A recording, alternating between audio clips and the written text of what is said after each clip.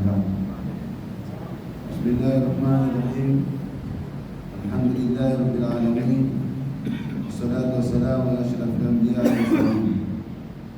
Alhamdulillah ala ni'mati tatimu salihat. Alhamdulillah ala kulli hal. Tumshukuru Mola subhanahu wa ta'ala na kumtakia rehema Bwana Mtume sallallahu alaihi wasallam, tukiwa tuendelea na darasa yetu ya Bulughul Maram, tukiwa walillahi alhamdu tuko katika hadithi takriban 108 na tuko katika mlango mwingine baada ya kumaliza namna ya ghusl.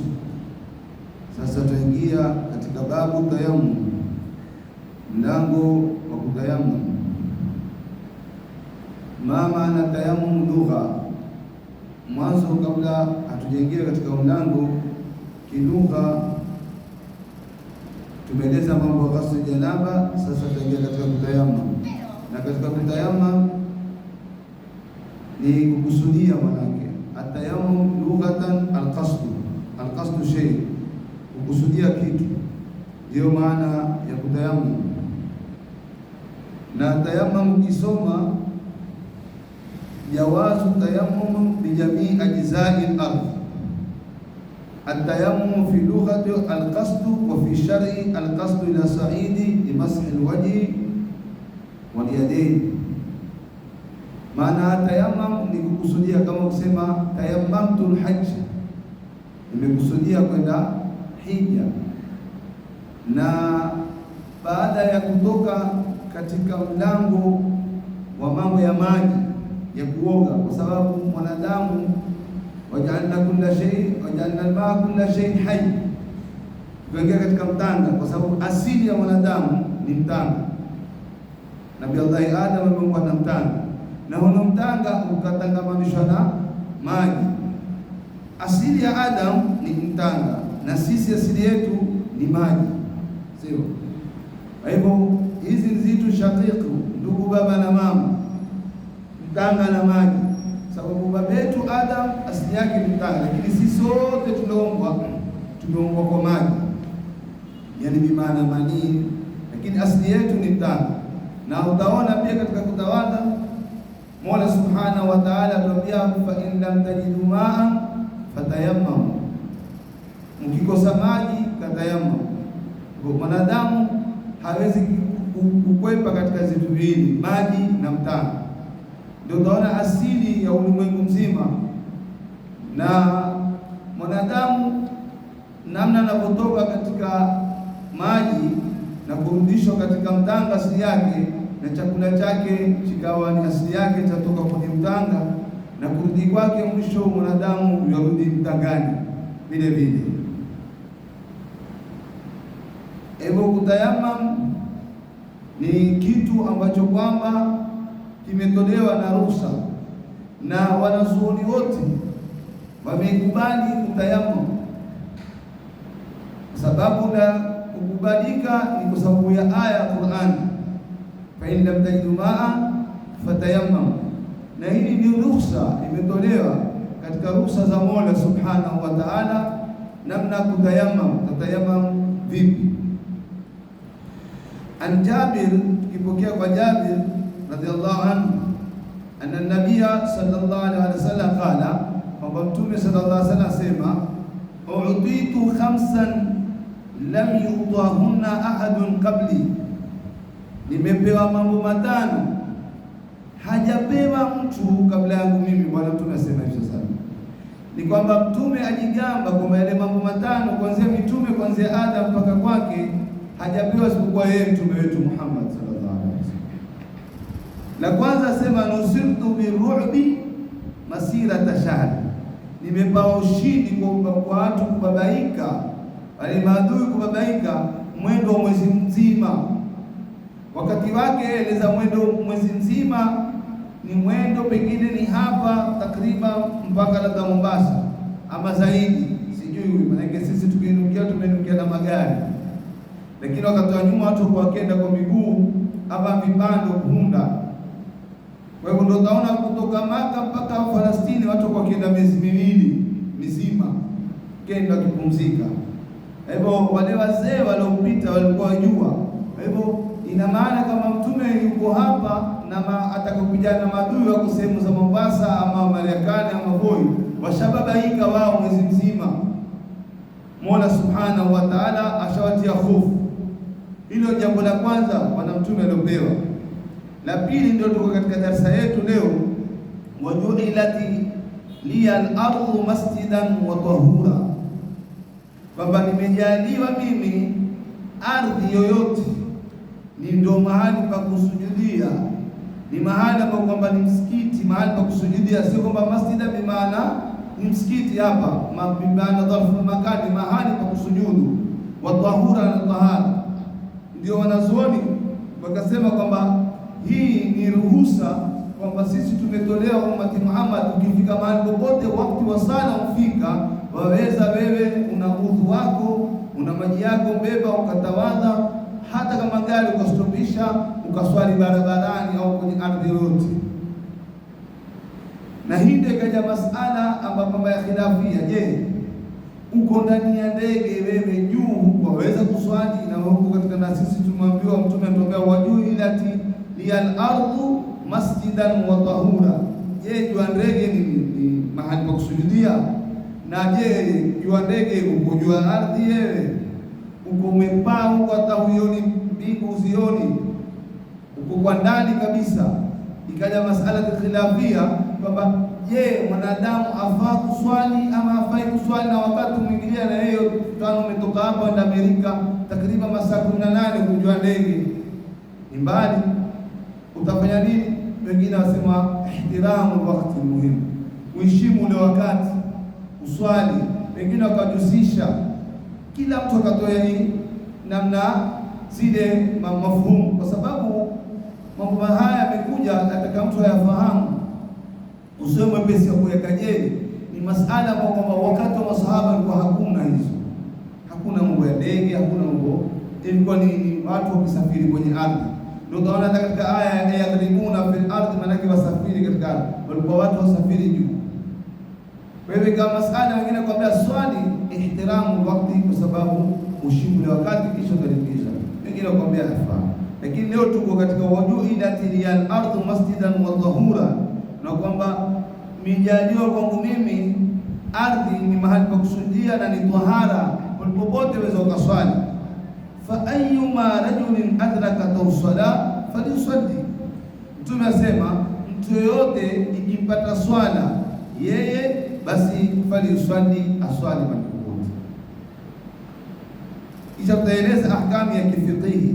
وذكر الحديث كتاج حديث. وفي حديث حذيفة رضي الله عنه عند مسلم، حديثه مبكنا حذيفة ومسلم إمام مسلم، وجعل تربتها لنا طهورا، ikajaliwa mtanga wetu kwetu sisi ni tahara, idha lam najid almaa, tukiwa tutakosa maji. Wal Ali inda Ahmad, na Sayyidina Ali kwa upande wa Imam Ahmad, wajuila turabu ya tahura, ikajaliwa kwangu mimi mtanga nini? Ni tahara.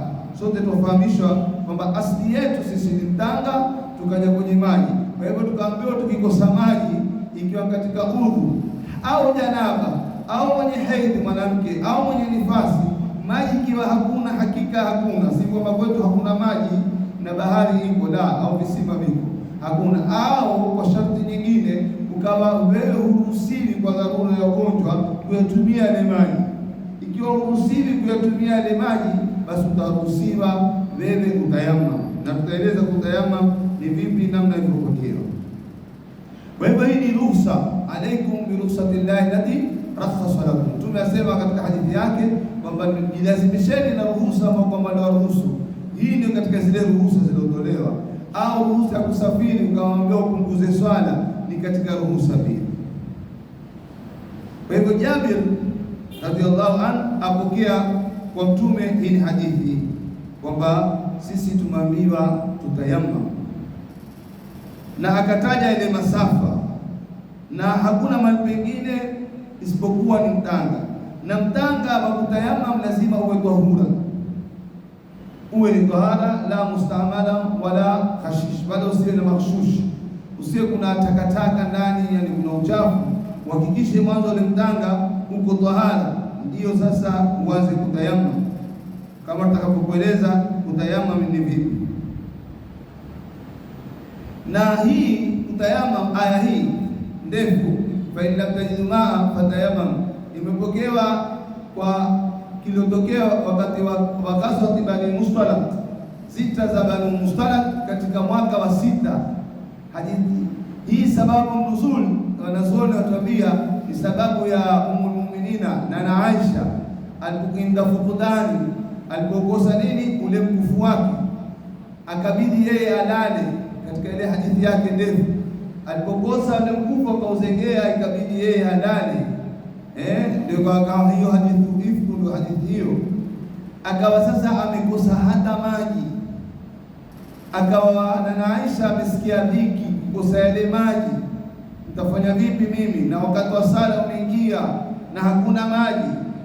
Mola Subhanahu wa Ta'ala likateremsha hii aya, likawa sababu nuzuli wa nuzuli atuambia ya katika ghazwat Bani Mustalaq, ikateremka hii aya, ndio ikaruhusiwa kutayamam, ndio ikaanza kutayamam Ummul Mu'minin.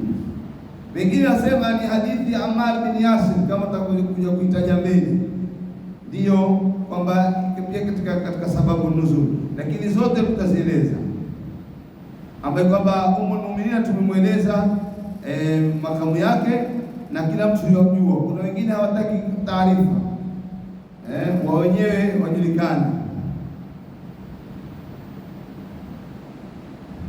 Kwa hivyo ndio aya ikaja, fatayammamu sa'idan tayyiba. Ona, mutayamam katika gawanda lilokuwa zuri, famsahu biwujuhikum wa aydikum minhu, mpanguse nyuso zenu na mikono. Hii ni kwamba yasema kwamba ni dalili kwamba ile mini ya pale ile kwa aydikum minhu ni kwamba ni tabiidhi, kwamba si mikono yote huyatema vumbi, ni tabiidhi baadhi, kama nitakapokueleza. Na hadithi ya Ammar ndio itatueleza hii namna kutayamam. Wa Ammar bin Yasir radhiyallahu anhu qala, asema Ammar bin Yasir. Mwanzo Ammar bin Yasir ni mmoja ambaye kwamba alipata mitihani mikubwa sana, kama inavyojulikana.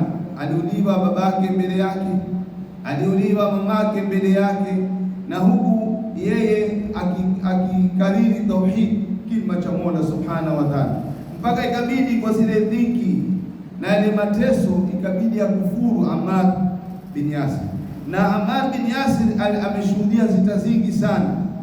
Yeye alikufa katika zita za baina Sayyidina Ali na Muawiya. Katika zita hizo ndo huyu Ammar bin Yasir aliuawa, ameuawa na Mtume sallallahu alaihi wasallam alimpa bishara, akamwambia atakuluka fi'atul baghiya, utauliwa katika kipote kiovu sana, akafa. Ammar bin Yasir mamake auawa na yeye na babake. Angalia huyu asema hadithi yake, kala asema ba'athani nabiyyu sallallahu alaihi wasallam, alituma mimi mtume fi haja, nituma mtume kuna haja fulani nilifanya, fa ajnabtu, sikia maswahaba, nikapata janaba, falam ajid almaa, sikupata maji.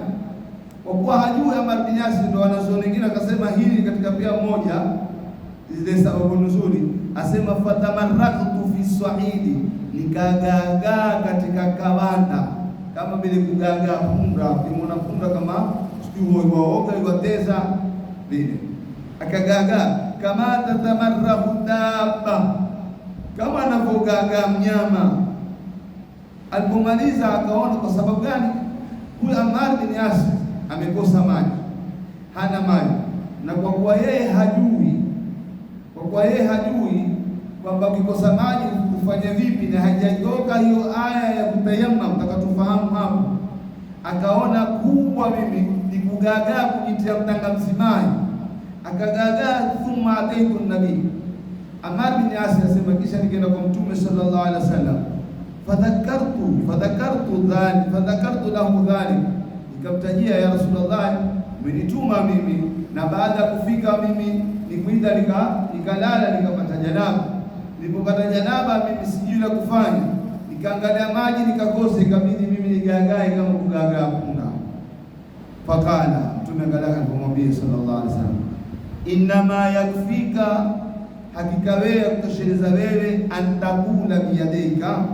Hapa takula bimaana kala ni kitu cha toka mdomoni, sio kala amesema, lakini hapa bimaana antakula bimaana antafala, kutumika Kiarabu.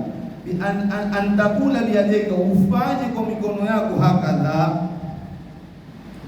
nifanye vipi Rasulullah? Akamwambia fanya hivi. Vipi? Thumma daraba yadayhi al-ardh darbatan wahidatan, Mtume sallallahu alaihi wasallam akapiga pigo moja peke yake.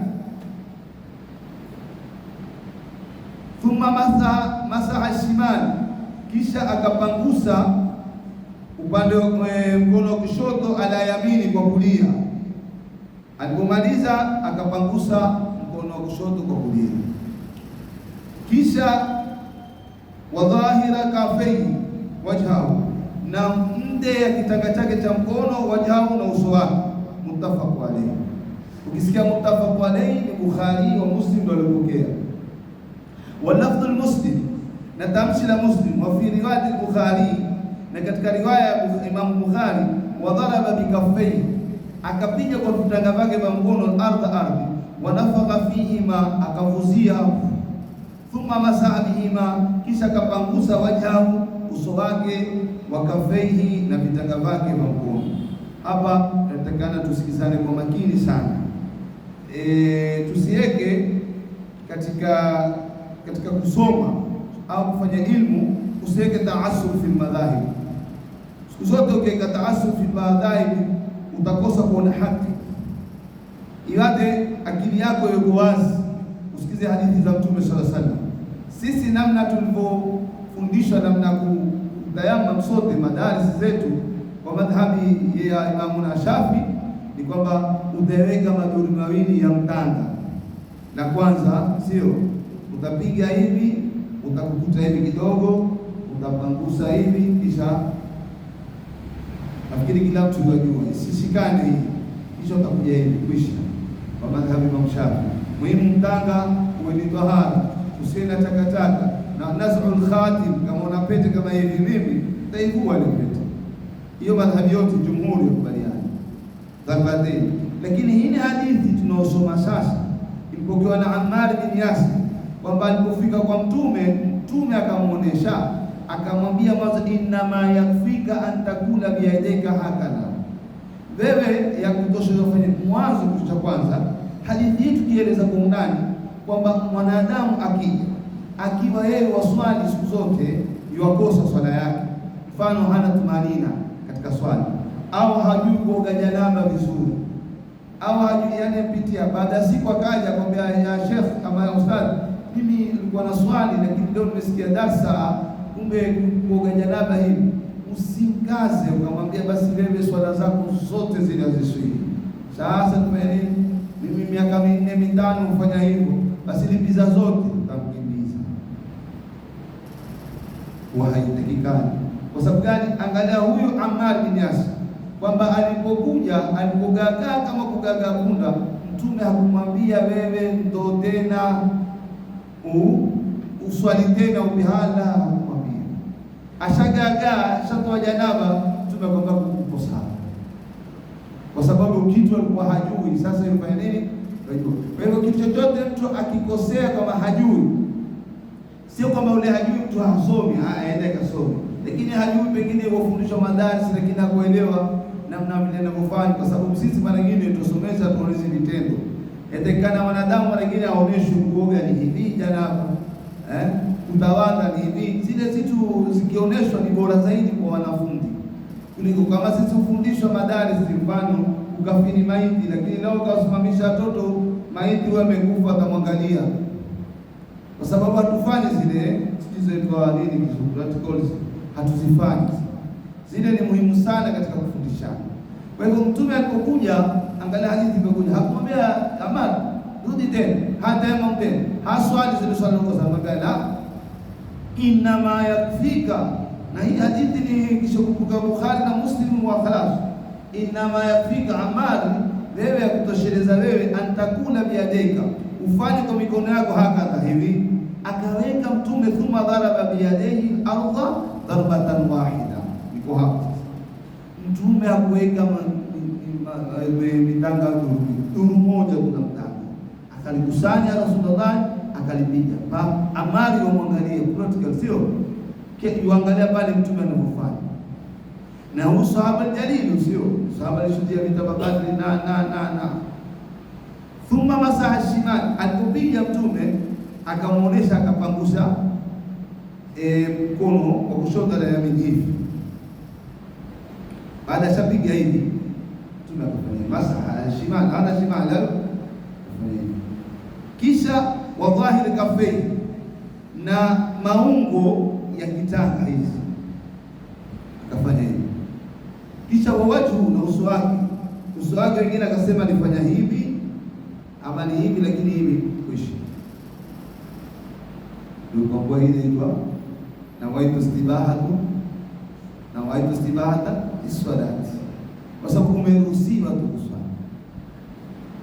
Na wanazuoni wakapokea hapa, na lafzi ya Imamu Shafi amepokea hadithi ya Ibn Umar, ambapo kwamba leo tutaimaliza Ibn Umar, mjue kwamba yeye mpokea hadithi gani Imamu Shafi, na wengine waliopokea kwa Ammar bin Yasir ni madhhabi gani. Mfano Abu Hanifa darbatan wahida, nafikiri na Hanabi, kina Hanabi mahanabi hawa Imam Hanbali wao ni darbatan wahida, wapiga hivyo wafuata hadithi ya Ammar bin Yasir. Imam Shafi na mwingine ndio mpokea hadithi ya Abdullah bin Umar ambayo kwamba iko mbele hadithi hiyo. Kwa hivyo baada ya kufanya hivyo, kwa lafdhu li Muslim na tamshi la Muslim, wa fi riwayat Bukhari asema wadhala bikafei ardhi, alipopiga kwa vitanga vyake kwenye ardhi, wanafaka fima, akavuzia kidogo, kwa sababu asionekana mpaka ile vumbi ionekana rangi mix hivi Kwa hivyo akafanya hivi Mtume, ndio kwa maana Imam Shafi yapokea hivi, kisha akafanya hivi kidogo, kwa sababu hivyo utajipaka mavumbi. Ile ni ruhusa imetolewa. Wadhala kafe wanafaka fihima thumma masaha bihima, kisha akapangusa waja uso wake wa kafei. Ona kafei ni kwanza hapa hichi hapa kwanza hichi kifundo azmu hichi chaitwa kafu, yani ukikunja gumi hivi hichi ndo kafu. Kwa hivyo walipangusa hivi na akapangusa hivi halal. Kwa Imamu Shafi ambapo tuliofundishwa sisi ampokea hadithi ya Abdullah bin Umar ambapo iko mbele tutaieleza. Na hadithi hii ya Ammar bin Yasir ni muttafaq alayhi. Hivyo kina Abu Hanifa wakaishika hii. Unaona dini, elimu au Uislamu raha yake ni kusoma. Ilo kusoma ndio utajua zile njia za rahisi namna kufanya kuliko kusikia. Sasa nyinyi msoma mwanukuu mtakuwa katika adilla mtakuwa dalili za wazi na una hoja ya kutoa hadithi ya Bwana Mtume sallallahu alaihi wasallam ya sahihi kuliko kusikia ukiambiwa nini ana kamsikia shekhe tu kasema basi yataka vitu ile namna hii. Kwa hivyo Mtume sallallahu alaihi wasallam akamfundisha Ammar bin Yasir na hakumwambia arudie swala. Kwa hivyo ina maana hata mtu akislimu si lazima mwambie, au mtu alikuwa tayari kuswala haswali miaka kwa mwambie ndizo swala zote, la hasha. Asilipize, angalie baadaye mshaslimu aendelee. Wengine akasema atafanya muada kila kinuka swala mara mbili, adhuhuri mbili, anasikicha baadaye awate. Hiyo katika kila mtu na katika madhahibu namna inavyokwenda. Kwa hivyo hadithi hii imefahamika kwamba Ammar bin Yasir alikuwa yeye hakujua. Hivyo katika sheria ya Mola Subhana, sheria katika dini, mtu kama hakujua hatukuliwi hatua. Mtu kama hakujua hatukuliwi hatua, pale alipomfundisha muendelea mbele. Wa Ibn Umar, hadithi kwa Abdullah bin Umar kana asema qala Rasulullah sallallahu alaihi wasallam at-tayammum darbatan, utayamam ni mapigo mawili. Ndio Imamu Shafi alikuwa hivyo. Hadithi yasema hivi, hii yasema kisha akasema darbatun lilwajhi, pigo la kwanza ni uso kama tulivyoeleza mtanga wa kwanza na mtanga mara mbili. Wa darbatun lilyadaini, na pigo mbili tena. Yeye asema yadaini, hakusema mpaka hapa na mshafi asema mpaka ila imefaa kaini, yani uende mpaka hivi kisha usungue.